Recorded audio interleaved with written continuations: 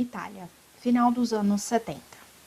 O país da Dolce Vita havia se transformado em um cenário de guerra urbana.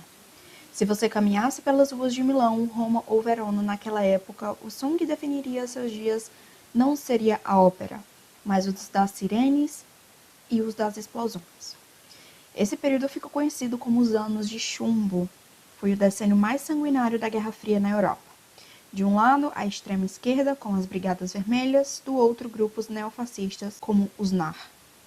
O Estado estava sob ataque, políticos eram sequestrados e bombas em estações de trem, como a de Bolonha, deixavam centenas de vítimas. Era a chamada estratégia de tensão, um clima de medo constante, onde ninguém sabia quem era o seu próximo alvo. Mas, enquanto o país olhava para os grandes atentados políticos, na sombra de Verona, algo ainda mais sinistro estava germinando.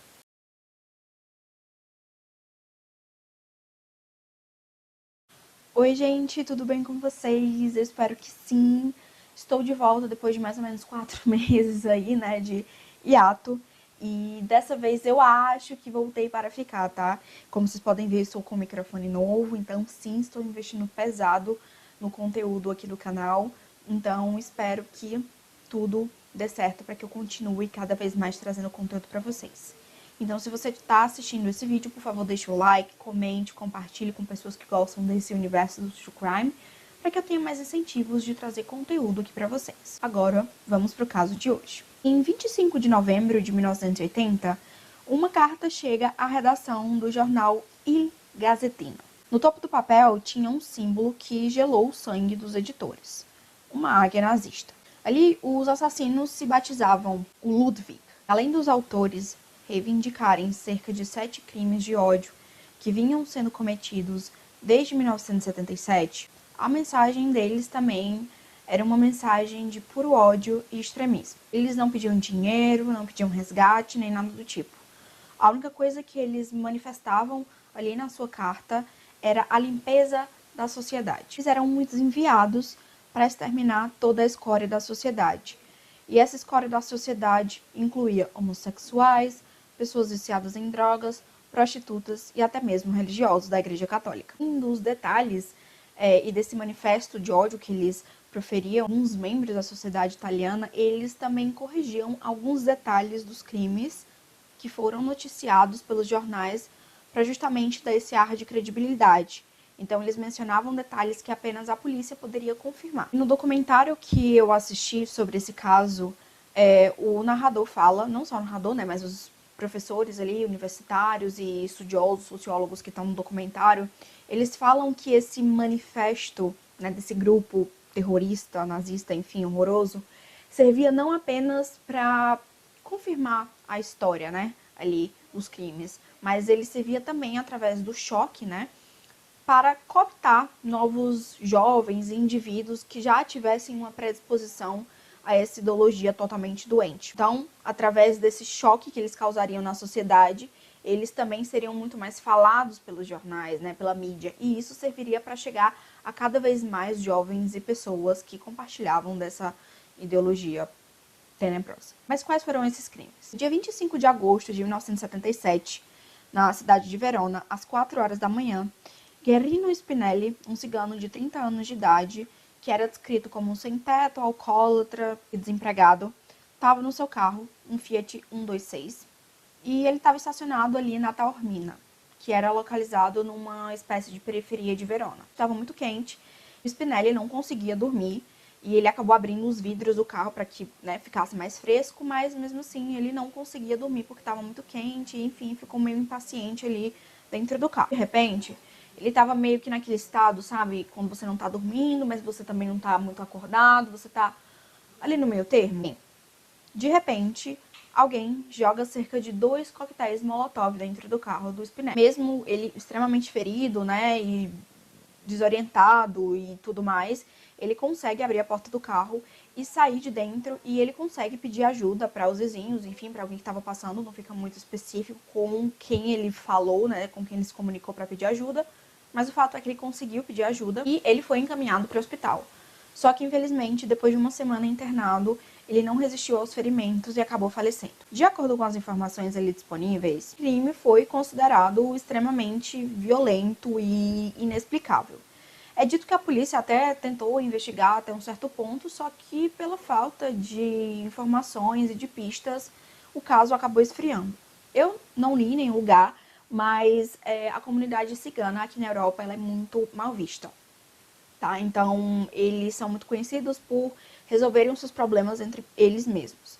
E talvez a polícia tenha até imaginado, deve ter sido alguma briga entre os clãs e meio que ficou por isso mesmo, né? Enfim, gente, era um desempregado, era um alcoólatra, era uma pessoa sem teto. Então, assim, eu acho que a atenção acabou passando muito rápido, mesmo que tenha sido um crime extremamente violento e, enfim, muito diferente de tudo que vinha acontecendo ali. Em 19 de dezembro de 1978, dessa vez na cidade de Pádua, um homem é morto a apunhaladas com um pedaço de madeira e 2 facas. Segundo as notícias, o homem aparentemente não havia tentado se defender devido à bestialidade do ataque. Era como se ele tivesse sido pego de surpresa e, pelo fato de serem muitos golpes ao mesmo tempo, ele meio que nem teve capacidade de esboçar alguma reação. Ele ficou muito assustado, né, muito chocado com tudo aquilo e acabou não conseguindo se defender propriamente. A vítima dessa vez se chamava Luciano Stefanato, de 44 anos. O Luciano, ele era um homossexual que trabalhava como uma espécie de garçom ou de faz-tudo em um restaurante ali da região. Na época, um amigo do Luciano, ele foi investigado porque aparentemente eles pararam de se falar um tempo antes, tiveram uma briga e eles acabaram ali deixando de se falar. Só que a polícia, depois de investigar, tentar procurar provas e tal, eles não conseguiram nada e esse amigo do Luciano acabou sendo liberado, né? Acabou sendo desconsiderado ali como pessoa de interesse e o caso novamente esfriou. Quase um ano depois, em 12 de dezembro de 1979, uma nova pessoa é vitimada. Nas primeiras horas da noite, um drogadicto foi atingido por 34 facadas e é dito que, primeiramente, um tiro atinge a vítima, mas ele acabou conseguindo, né, ali correr e nesse momento que ele consegue fugir por alguns minutos, acaba acontecendo dele deixar um rastro de sangue, né, porque ele tinha sido atingido pelo tiro, mas ali pela adrenalina, pelo medo, ele acabou conseguindo correr. Mas infelizmente os algozes conseguiram alcançar ele depois de um tempo. A testemunha ali na época contou para a polícia que viu 2 homens jovens perseguindo a vítima, que inclusive foi jogada na parede e aí sim ele acabou sendo esfaqueado 34 vezes. A vítima era Cláudio Costa, de 22 anos. Cláudio, como eu já falei, ele era um viciado em drogas e ele era conhecido como Claudico ali no círculo, né, de pessoas viciadas, moradores de rua e homossexuais de Veneza.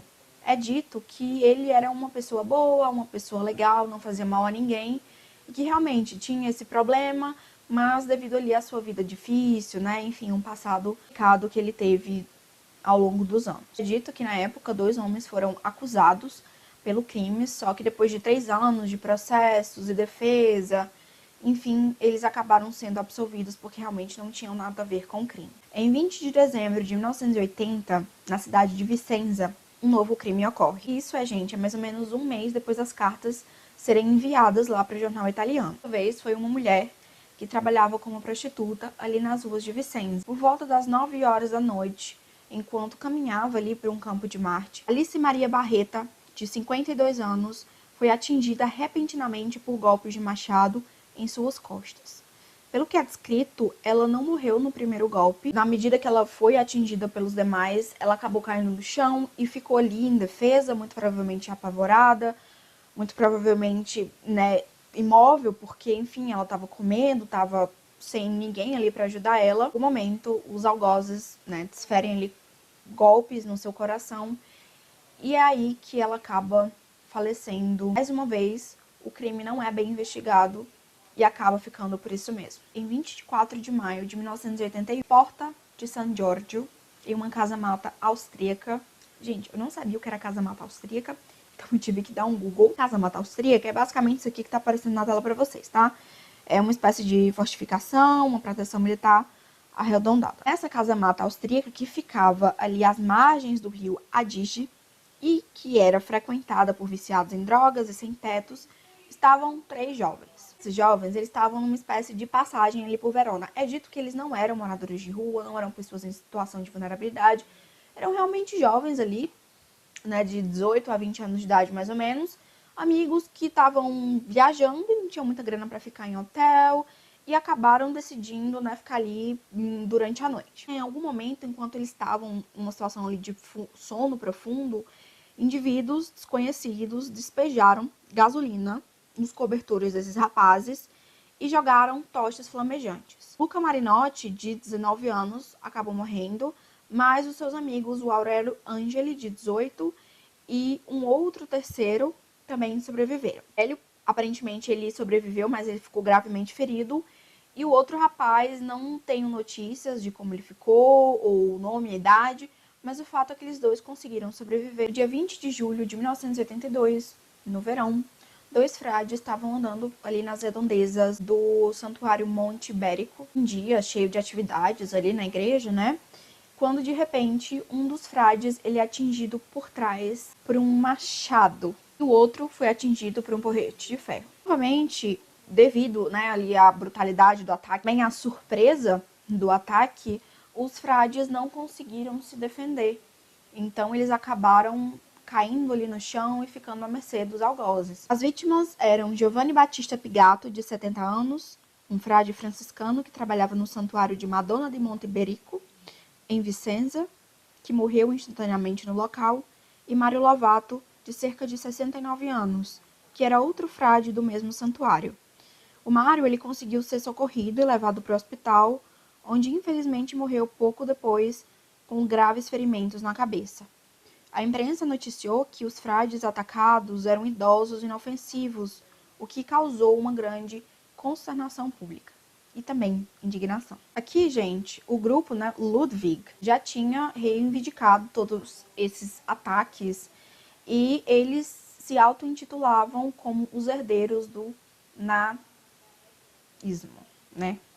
Enfim, com esse último crime, a polícia acabou ficando confusa, né? Por que eles fizeram isso, já que os religiosos eram homens bons, que não tinham um passado de pecado, né? Como eles justificavam a morte dos outros, né? Eram pessoas, enfim, mundanas e sujas, que não mereciam estar ali na sociedade, né? Enfim, gente, ai, que gente doente, pelo amor de Deus. Mas, querendo ou não, esses religiosos também se conectavam com as vítimas anteriores do Ludwig, né? Porque eles eram homens que tinham compaixão pelos menos afortunados, eles eram pessoas que buscavam praticar o bem e também oferecer ajuda e uma espécie de redenção para as pessoas que tinham ali se perdido na vida. Em 26 de fevereiro de 1983, dessa vez na região de Trento, outro religioso é vitimado pelo mesmo grupo. Padre Armando Bison, de 70 anos, que andava ali em direção ao convento dos Venturini, quando chegou na frente do portão e foi surpreendido a marteladas que o fizeram cair no chão. Um outro sacerdote que estava ali, né, na janela, ele viu tudo e ele correu, começou a gritar para as pessoas, né, para os 2 algozes ali pararem, e ele acabou correndo em direção ao padre para prestar uma ajuda, para socorrer ele mesmo. Só que, infelizmente, quando ele chega ali perto do padre, ele se deparou com uma cena assim, gente, absurda, tá? O padre estava caído numa poça de sangue e ele estava com um crucifixo fincado no seu pescoço. Mesmo com esses 10 golpes, o padre ele ainda estava vivo, ele conseguiu ser socorrido, só que infelizmente, poucos dias depois, ele acabou falecendo no hospital. Realmente, era uma figura religiosa, sim, mas era uma figura religiosa que tinha compaixão pelas pessoas que estavam ali no momento difícil da vida, né? Ele via as pessoas com compaixão, ele buscava ajudar essas pessoas, a compreender essas pessoas, o porquê elas estavam nessa situação. Então, é dito até que a Ordem dos Venturini era muito conhecida por fazer essas boas ações com pessoas que eram prostitutas ou eram viciados, pessoas que realmente estavam mais distantes da igreja. Então, eles buscavam, né, ali trazer essas pessoas para o mundo religioso através de boas ações. E o grupo Ludwig, obviamente, via isso como um absurdo, que eles deveriam apoiar essa limpeza social, enfim, gente. Esse grupo, basicamente, queria lutar não só contra as pessoas que eram marginalizadas, mas também lutar contra essa ordem mais moderna da Igreja Católica. Com esse crime do padre, a polícia acaba entendendo que eles estão lidando com um grupo extremamente perigoso, não só por conta da ideologia, mas também porque eles se mostram extremamente preparados para matar. Não é só uma questão de ordem ideológica, mas também uma questão de prazer em ferir, de matar, de torturar e também de ver a sociedade chocada para que assim eles consigam cooptar novos participantes para esse grupo doente. 29 de março de 1983, a polícia consegue interceptar ligações de um possível membro desse grupo, Silvano Romano, acusado de ser o cérebro de Ludwig. O Silvano era um professor universitário do curso de Física na Universidade de Pádua, que, além disso, tinha trabalhado por vários anos no exterior como pesquisador. Romano era descrito como um homem brilhante, só que muito antissocial, introvertido, que tinha poucos amigos e considerado excêntrico. Na casa do Romano foram encontrados jornais que tinham reportagens sobre os assassinatos reivindicados pelo Ludwig. Nas ligações que foram interceptadas pela polícia, o Romano falava que o próximo alvo seria um religioso, mas mesmo com isso as provas não eram robustas o suficiente para que ele ficasse preso. Então ele acabou sendo liberado no dia 6 de abril. Agora, gente, a partir daqui, as mortes que foram ocasionadas pelo grupo Ludwig, elas tomaram um rumo ainda mais complexo e maior. Porque o Ludwig, embora, praticasse essas barbaridades, enfim, já fosse ruim pra caramba, eles visavam pequenos grupos de pessoas ou indivíduos ali que estavam sozinhos. Então, era algo menos chocante. Só que a partir daqui, eles acabam visando grupos maiores, com mais pessoas, em locais mais cheios. E isso é um perigo porque mostra que eles estavam cada vez mais ousados nos seus atos criminais. Em 20 de maio de 1983, é entregue à Agência Nacional de Imprensa Associada da Itália, a ANSA, uma carta enviada de Bolonha, na qual Ludwig reivindicava um novo crime. Na carta era dito que eles não queriam apenas destruir os pecadores, mas também os ambientes onde eles pecavam. 14 de maio de 1983, mais especificamente no cinema Eros de Milão, enquanto 30 espectadores assistiam um filme adulto, houve-se um barulho estranho ali na sala de cinema. Dito que as pessoas ouviram uma espécie de suspiro alto, e eu não entendi muito bem se realmente foi como se fosse uma pessoa suspirando alto ou fosse o som de alguma coisa pegando fogo, mas é dito que eles ouviram um som alto ali, tipo de um suspiro alto. Isso chamou a atenção das pessoas que estavam nas primeiras filas e quando eles viram para trás para ver o que tinha acontecido, eles acabam vendo cadeiras pegando fogo. Quando alguns tentam fugir, um homem ele fica preso no banheiro e devido ao revestimento de espuma das paredes e também do material das poltronas, o fogo se alastra muito rápido. E aí uma fumaça escura e densa acaba tomando de conta do local, até que parte do prédio desaba sobre os espectadores ainda restantes. Os prédios vizinhos, eles também foram afetados e sofreram danos muito severos. 6 pessoas morreram e muitas outras ficaram gravemente feridas, com sequelas para a vida toda. Entre os mortos estavam Pasquale Esposito, Ernesto Mauri, Domenico La Sala, Giorgio Fronza, Elio Monteni e Lívio Ceresoli. O Lívio, gente, ele não era uma pessoa que estava assistindo o filme, tá? E mesmo que fosse, também não haveria problema. Ele estava fazendo nada ilegal, ele estava só vivendo a vida dele como ele queria. Mas o Lívio, ele não era um desses espectadores. O Lívio era um médico de 46 anos que entrou ali no incêndio, né? Que ficou sabendo do incêndio. Não sei se ele viu pessoalmente ou se ele escutou alguém falando, mas o fato é que ele ficou sabendo desse incêndio e ele entrou no prédio para tentar salvar pessoas, né? Ele era um médico e queria salvar vidas, enfim. Só que, infelizmente, ele não conseguiu sair do prédio e acabou falecendo com os outros que estavam lá dentro. E uma das vítimas que conseguiu,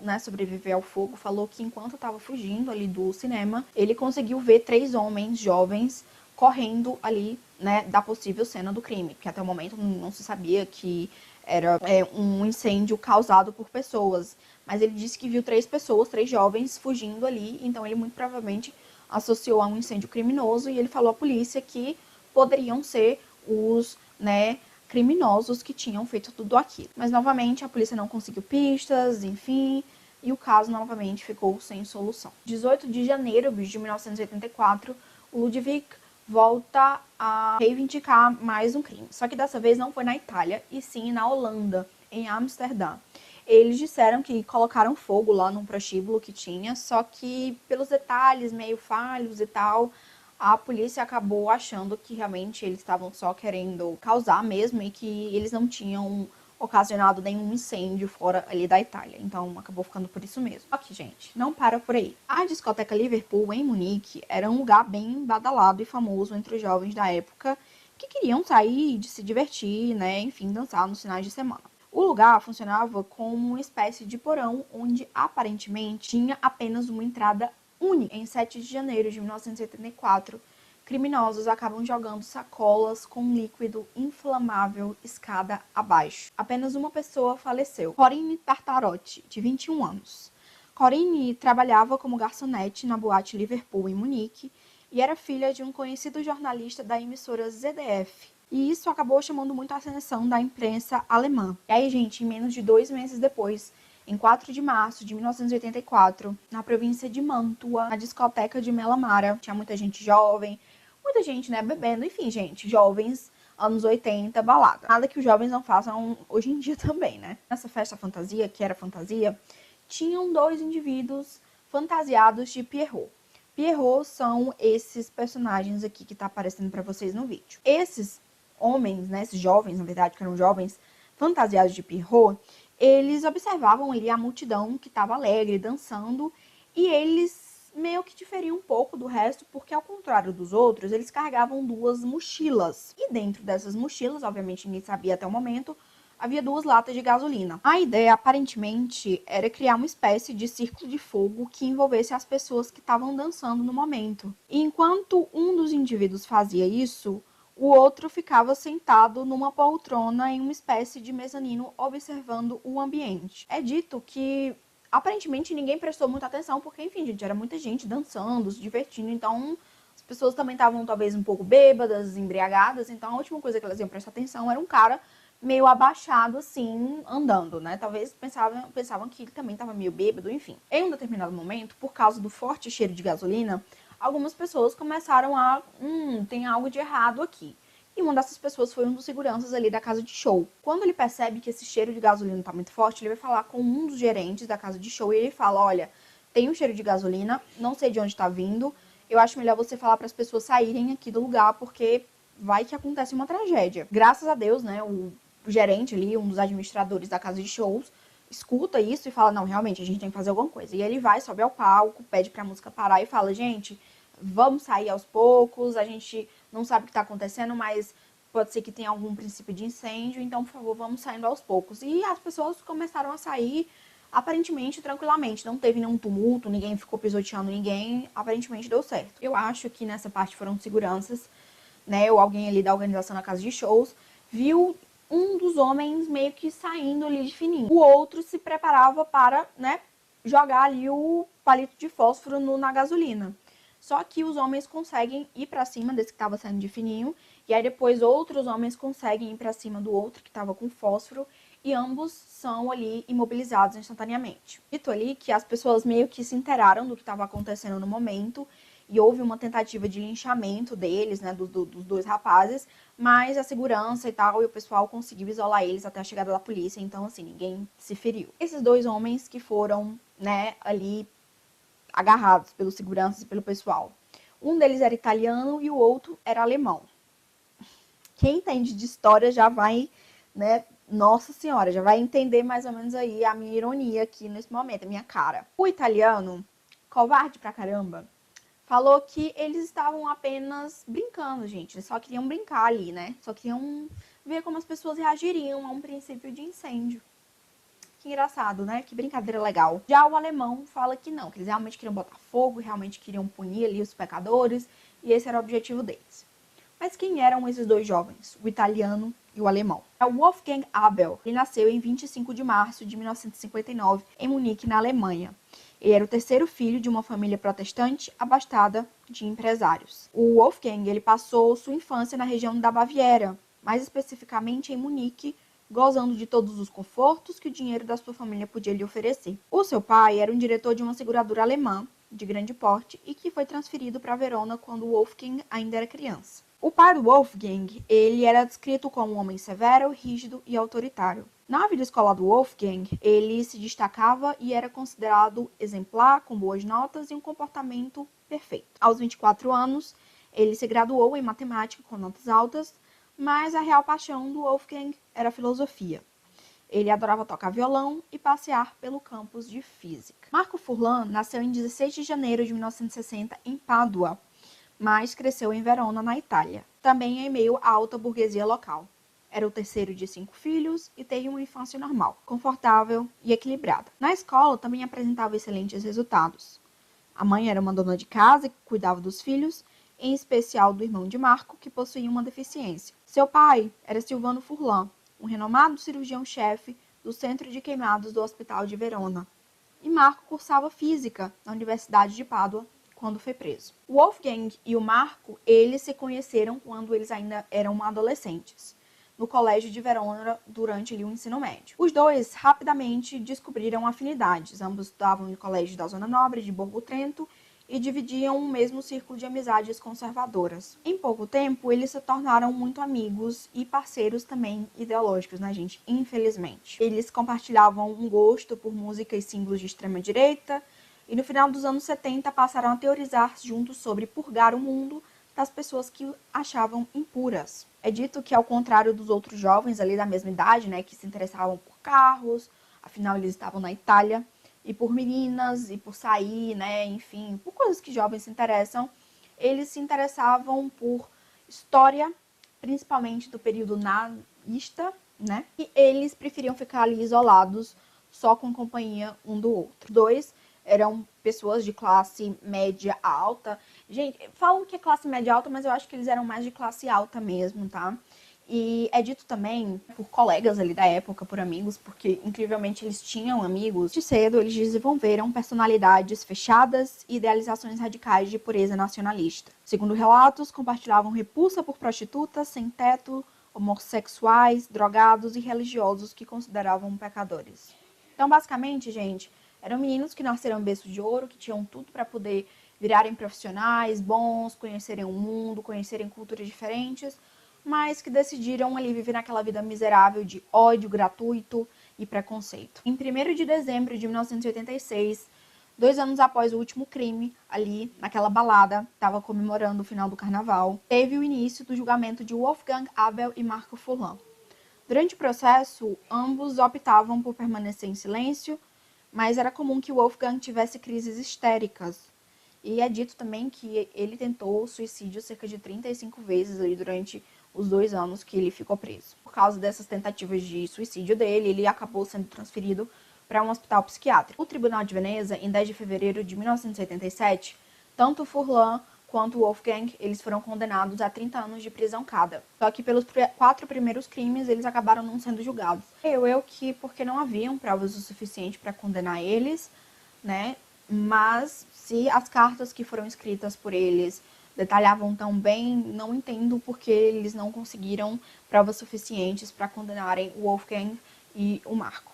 Mas enfim, o fato é que eles não foram condenados por esses 4 primeiros crimes. Coincidentemente, os crimes que foram praticados contra pessoas menos marginalizadas, que no caso foram os garotos, né, os 3 garotos que não eram sem tetos, nem adictos, nem nada, que estavam só de passagem ali por Verona, e os religiosos. E também os outros crimes contra os locais ali do cinema e também as baladas. E a promotoria, aparentemente, pediu a prisão perpétua dos dois, só que o júri ali entendeu que havia uma questão de semi-insanidade dos dois e acabaram optando pela pena ali de 30 anos de prisão para cada. Pelo que ficou estabelecido, o Wolfgang era o dominante e o Marco era o submisso ali dos dois. Segundo o laudo, o Wolfgang era o esboço paranoico, uma personalidade anormal, não é capaz de estabelecer relações sociais, desprovido de sentimentos em relação aos outros e emocionalmente incapaz. Possui uma personalidade energética e ambiciosa, acreditando ser superior aos demais. E é dito que o Marco nunca falou com um psiquiatra. E aqui, gente, eu não entendi como que eles conseguiram emitir um laudo de semi-insanidade para o Marco se ele nunca falou com um psiquiatra. Como que eles deduziram isso, sabe? Por meio de quê?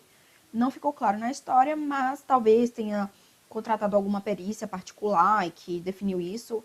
Mas, enfim, achei estranho essa parte, só que eu não consegui achar nenhum lugar que explicasse melhor. Em 15 de janeiro de 88, a defesa dos dois entrou com um recurso de apelação. E aí, gente, essa parte parece até piada, tá?